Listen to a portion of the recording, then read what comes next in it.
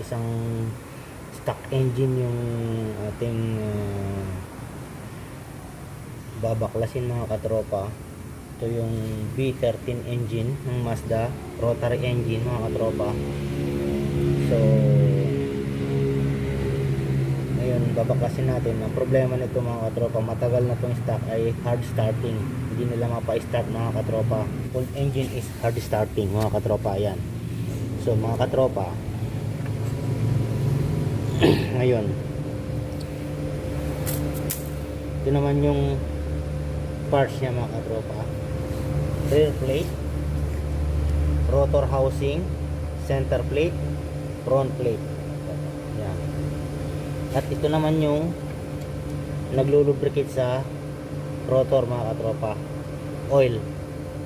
Yung oil niya mga katropa, dito sinusupply yung oil niya. Yan, para hindi mag-init yung rotor mga katropa. Dito naman yung intake.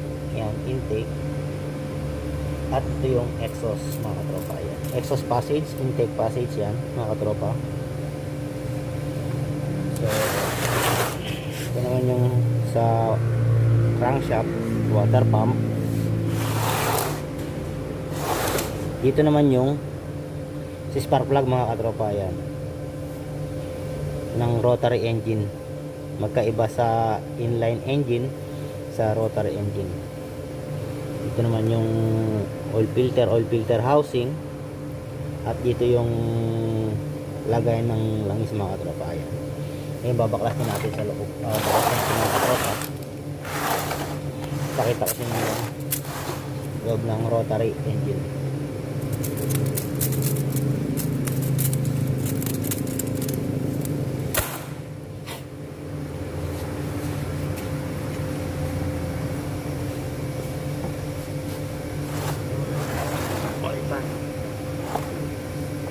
First nababakasin natin mga katropa yung oil pan. Ayan, may langis pa siya mga katropa. Ayan, may langis pa.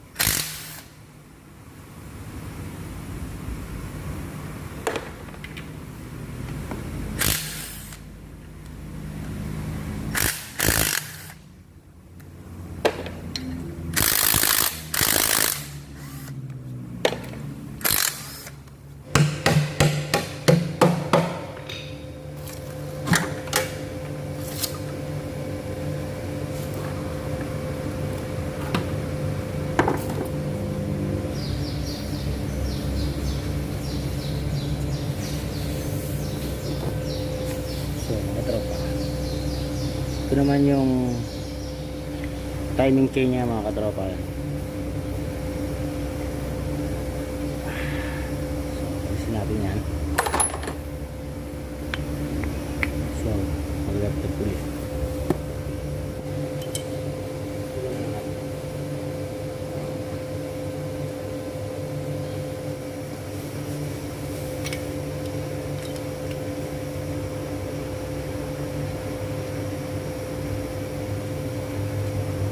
Ito yung nag-spray ng oil niya, kumbaga sa oil jet mga katropa.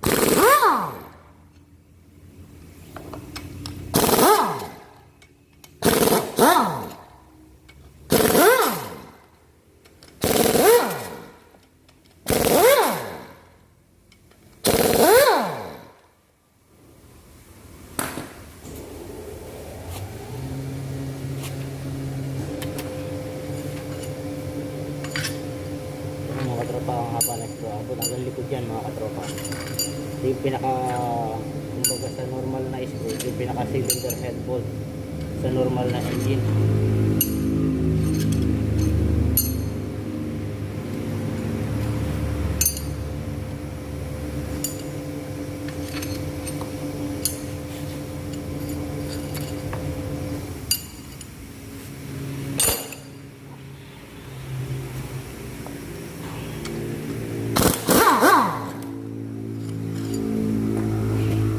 Meron siyang 19 na bolt mga katropa.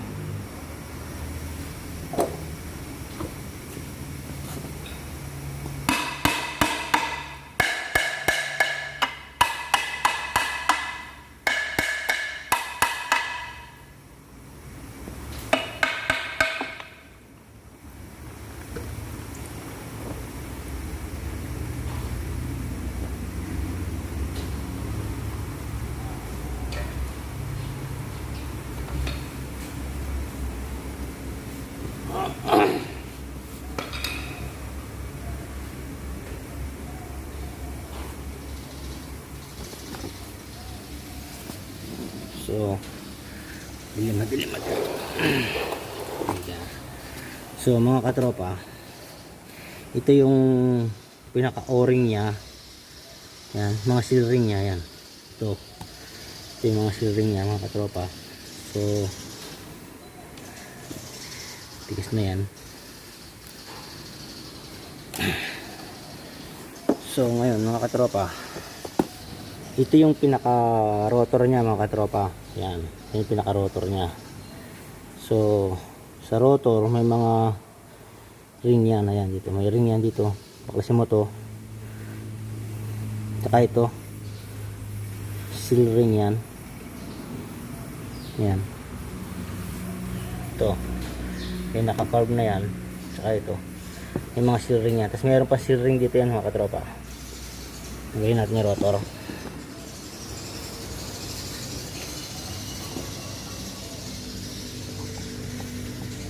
So ayan, bago ko tanggalin ng rotor mga katropa, ito nga pala yung pinaka apex seal nya. Ayan, apex seal. Tanggalin mo to apex seal, tapos sa ano yan, merong spring yan. Ayan, nakita nyo mga tropa, may spring yan. May spring sa likod ng apex seal. So yan yung apex seal nya. So tatanggalin mo yan para lumabas yung seal. Ayan, yan, ito yung pinakalock niyan. Meron siyang pinakalock. Ayan, ito yung mga tropa. Ayan, ito. Yan yung pinakalock niya mga katropa.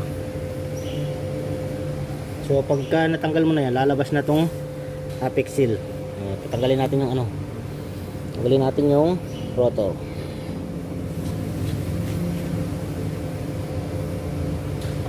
So katropa,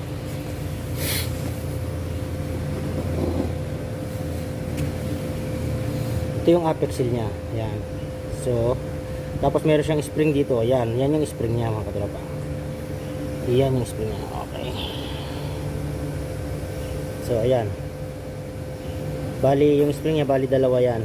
Isang maliit at isang mahaba. Ayan. Tapos naka install siya rito ganyan. Yung maliit nandito yan sa, nasa muna natin. Ayan, ganyan yung style nyan mga katropa. Ayan, ganyan yan. Yan yung style nyan. Yung unang spring, pangalawang spring dito yan, nakakakanto rito yan. So ayan, nakaganyan yan mga katropa yung design yan. Yan yung design niya mga katropa.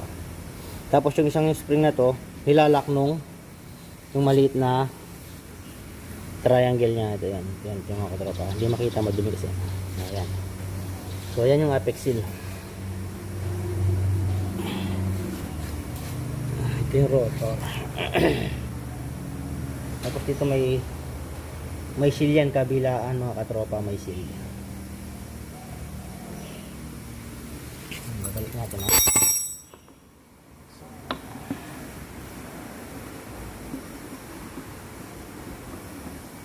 Yan, katropa. Ito yung rotor. Yung rotor niya yan. Yan yung rotor. Dito yung chamber. Malaking kakaiba sa ordinaryong piston, sa normal na piston sa rotor. Ayun.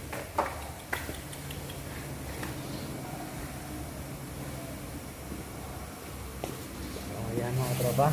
Ito naman yung rotor housing. Yan. Tapos yung mga ano yan, ito lang system niya yan. Yung mga yan. So, the o-ring, mga seal yan, dalawang seal. So ano natin ito. Yan mga katropa, tanggalin natin itong housing. Yan, ayan yung housing nya mga katropa. Yung housing, ito naman yung pin. Ayan yung pin nya.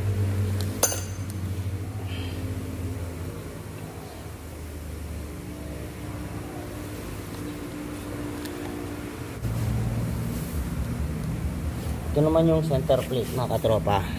Yan. Ito yung center plate.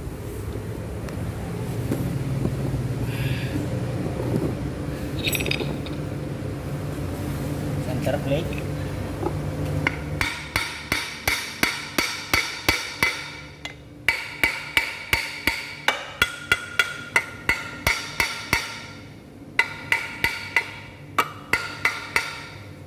Center plate.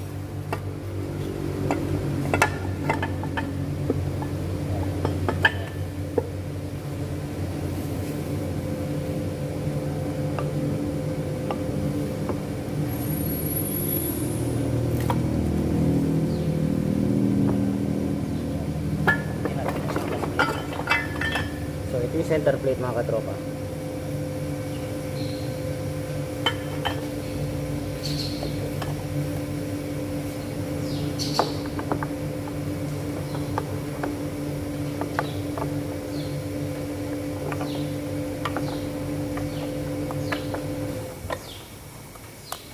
So another piston rotor.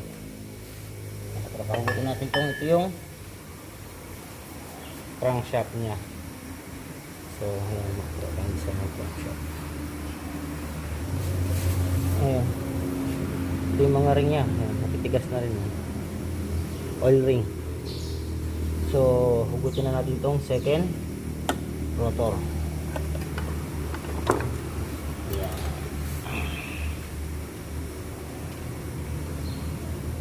Ito yung apex seal. Ayun, apex seal. Ayan. Parang piston ring, kumbaga sa ano, piston ring ito. Pero yung tawag sa rotary engine, apex seal, tsaka rotor mga katropa. Ayan, sunog na sunog.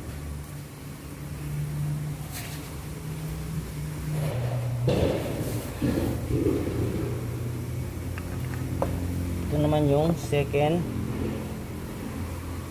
rotor housing.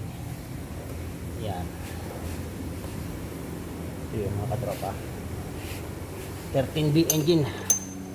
RX8, RX7 mga katropa. Ito yung style ng rotary engine mga katropa. Yan. Ito naman yung plate.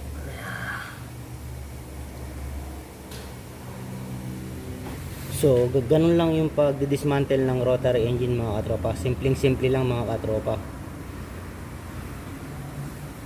A few moments later.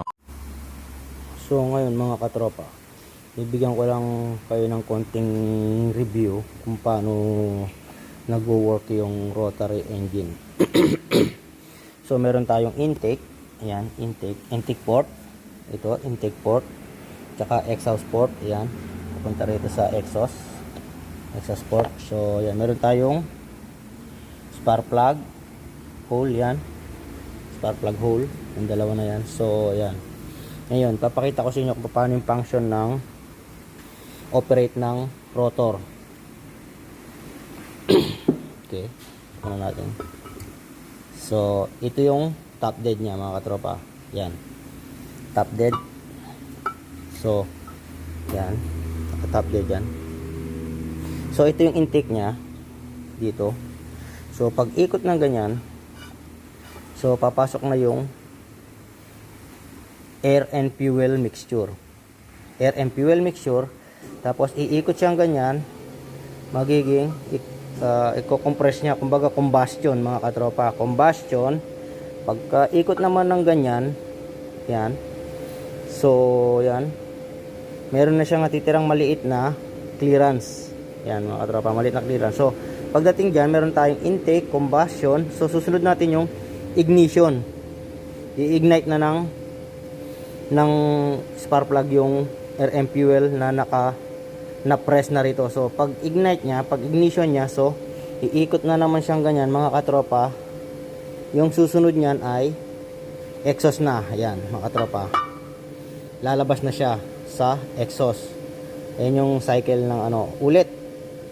Okay, intake, boom, combustion, ignition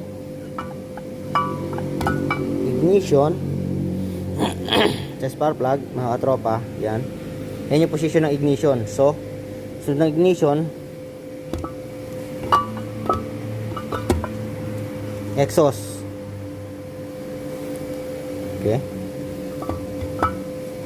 meron sumasabi, may dumi. Yan, may dumi siya, kaya sumasabi. So ulit, again, para maintindihan natin. So ayan, top dead, intake, air and fuel mixture, combustion. Sunod ng combustion, syempre naka-compress na yan, o combustion o compression o ano man. Combustion. Sunod nito ay pag naka-center ng ganyan, syempre naka-lock na dito yan, naka-lock dito yan, naka-lock dito yan. So walang lang lalabasan dito. So ignition, susunugin na ng spark plug. Tapos pag sunog ng spark plug, susunod natin yung syempre yung exhaust. Okay, exhaust. Okay, intake,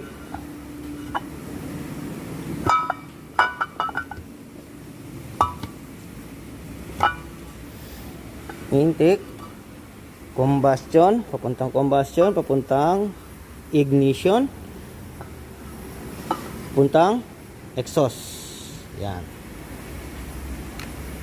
Yan lang yung ano mga katropa, yung stroke cycle ng rotary engine. Tapos ito yung tinanggal ko kanina sa hose.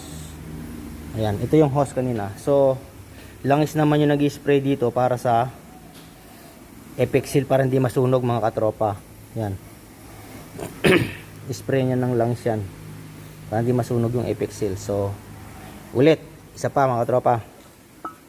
Okay, top dead center, meron tayong intake, meron tayong exhaust. So papasok yung air and fuel mixture sa intake hole. Yan, tapos iikot siya, nasasarado. Yan, nakasarado. May mga seal dyan dito. Ayan, no? May mga seal dyan, no? Katropa, may mga seal. Nakasarado. So yung tawag dyan is combustion. Pag ikot uli ng isang ganyan, nasa center ulit. So ignition naman tayo. Ignition. Yan, spark plug, ignition. Pagkatapos ng ignition, nasunog na. After ng pagkasunog, pupunta naman tayo sa Ayun mga katropa, yung butas na yun exhaust. So yan yung 4 cycle stroke, yan yung 4 stroke nya. Intake, combustion, ignition, exhaust. Intake, yan, intake,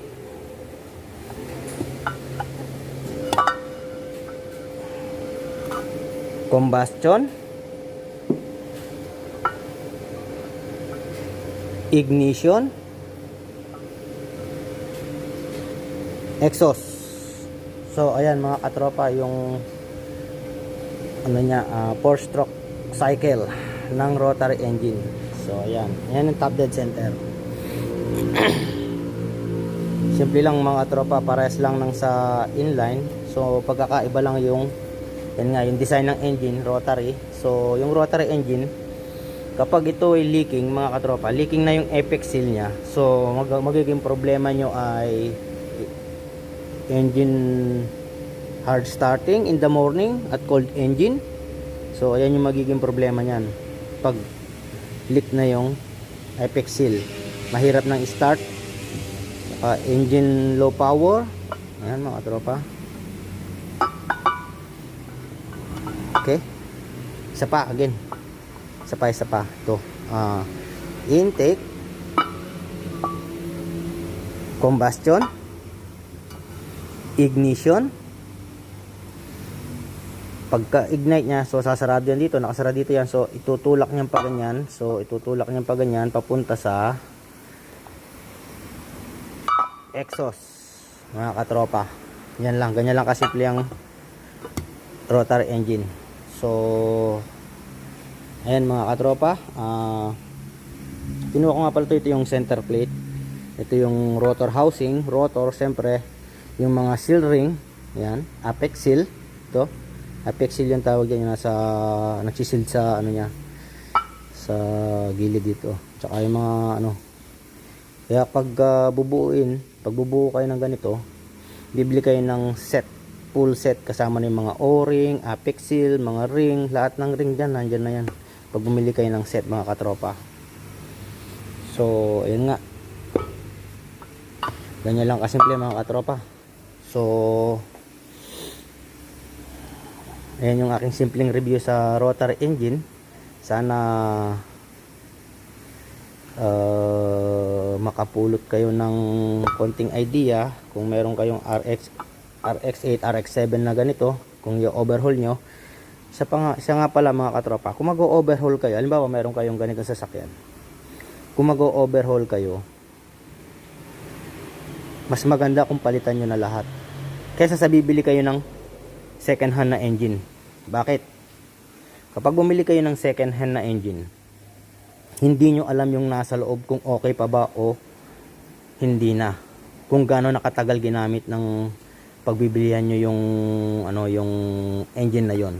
So kung ako lang, kung halimbawa meron tayong sasakyan na ganyan, so bibiliin ko na yung set. Meron naman na bibiling set, so para ka na rin bumili ng engine mga katropa. Kaya lang yung binili mo na yung bagong rotor housing.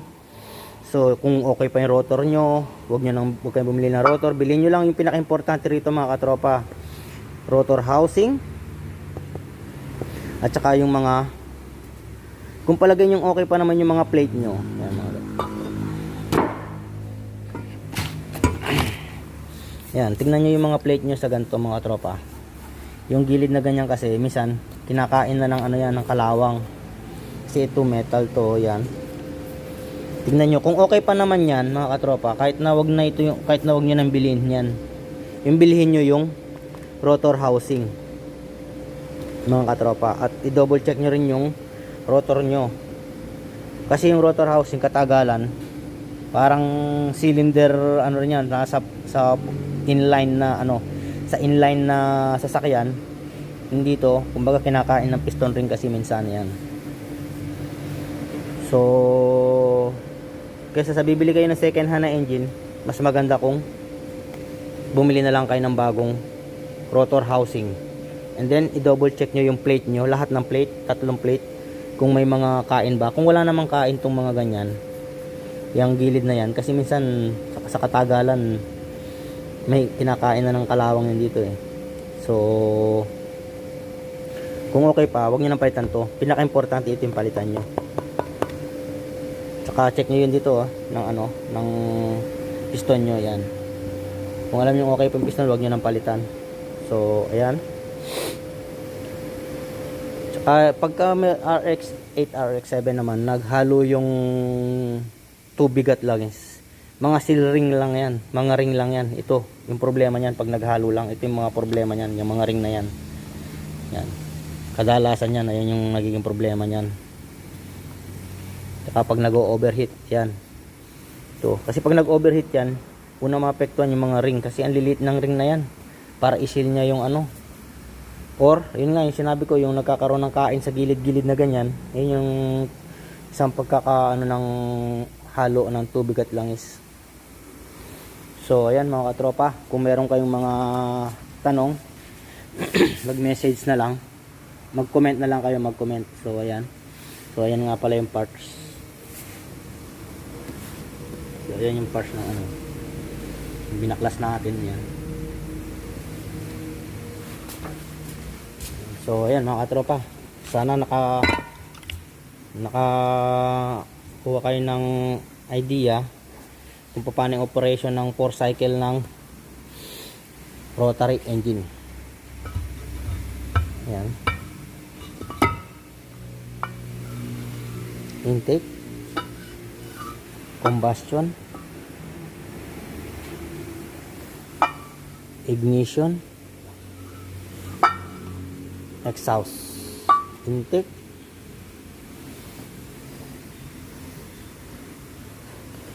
ibayin natin. Okay, intake parang sa ano, inline engine, compression, ignition, exhaust. Yan mga katropa, ang 4 cycle engine ng rotary engine. Ayan mga katropa, maraming salamat sa inyong suporta. Sa mga subscriber ko, shoutout sa inyo. Yan, hanggang sa muli mga katropa. Kung meron kayong mga katanungan about sa car, kung meron kayong car na gustong itanong, mag-comment lang kayo mga katropa, magre-reply ako sa inyo. So ayan, maraming salamat. Don't forget to subscribe, like and share my video, and hit the notification bell para lagi kayong updated sa aking mga bagong video mga katropa. Stay safe, stay tuned. Bye.